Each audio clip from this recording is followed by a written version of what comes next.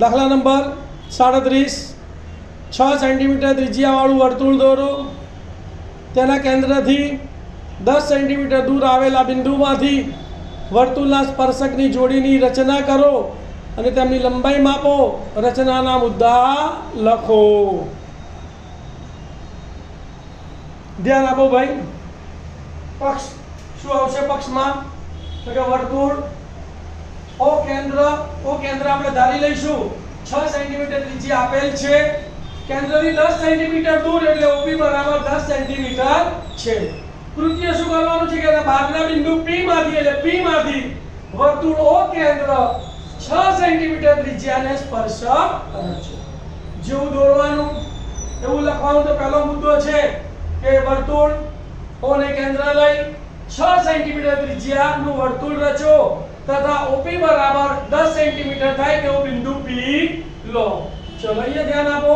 આ વર્તુળ આપણે O ને કેન્દ્ર લઈ 6 સેન્ટીમીટર ત્રિજ્યાનું એક વર્તુળ દોરીશું. બરાબર?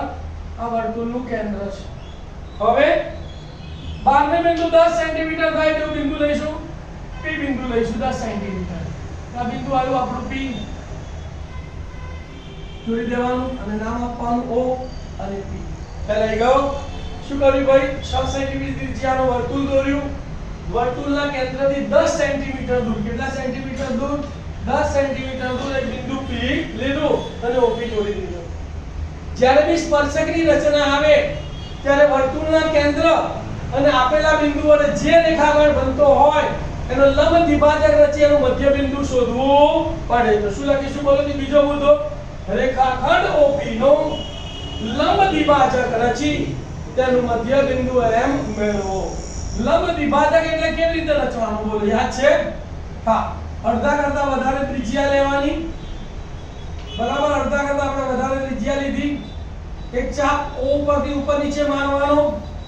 ક્લિયર? એટલી ત્રિજ્યાએ P ને કેન્દ્ર લેવાનો. એ ચાપ ઉપર ચાપી ઉપરથી ચાપ મારવાના. વધારાના ચાપ શું કરવાના? ભૂસી કાઢવાના. બરાબર? અને આ બંનેમાંથી પસાર થતો એક રેખાખંડ દોરવાનો આછો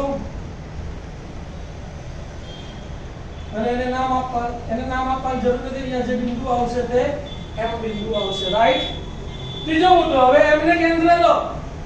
OM ત્રિજ્યા લો કે MP ત્રિજ્યા લો, સરખી થશે. તે વર્તુળ M ને કેન્દ્ર લઈ OM જેટલી ત્રિજ્યાનું ચાપ વર્તુળ રચો.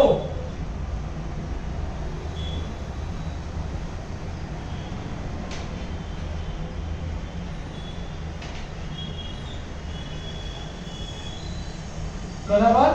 શું કરીશું આપણે? P ને થોડો બહાર લખી નાખીએ. આ P તો M ને કેન્દ્ર લઈ OM જેટલી ત્રિજ્યાનું વર્તુળ રચો. જે આ વર્તુળનું નામ શું છે? તો કે જે વર્તુળ O કેન્દ્ર 6 સેન્ટીમીટર ત્રિજ્યાને બે ભિન્ન બિંદુઓ A અને B માં છેદે. હવે શું કરવાનું? રેખાખંડ P દોરી કાઢવાનો. રેખાખંડ P દોરી કાઢવાનો. તો આમ P અને PB એ ભાગેલા સ્પર્શકો છે. આની લંબાઈ માપી લઈએ આપણે. તો કેટલી આવશે? 8 સેન્ટીમીટર આવશે. કેટલી આવશે? 8 સેન્ટીમીટર. બંનેની લંબાઈ સરખી આવશે. તો PA બરાબર PB બરાબર 8 સેન્ટીમીટર. તો સ્પર્શકની કોઈ પણ રચના આવે યાદ શું રાખવાનું? વર્તુળના કેન્દ્રથી બહારનું જે બિંદુ આપ્યું હોય એનો લંબ દ્વિભાજક રચવાનો. એના મધ્ય બિંદુથી પછી અડધી ત્રિજ્યા લઈને વર્તુળ દોરી કાઢવાનું. આપેલા વર્તુળને જ્યાં છેદે એ બંને બિંદુ એના સ્પર્શ બિંદુઓ કહેવાય.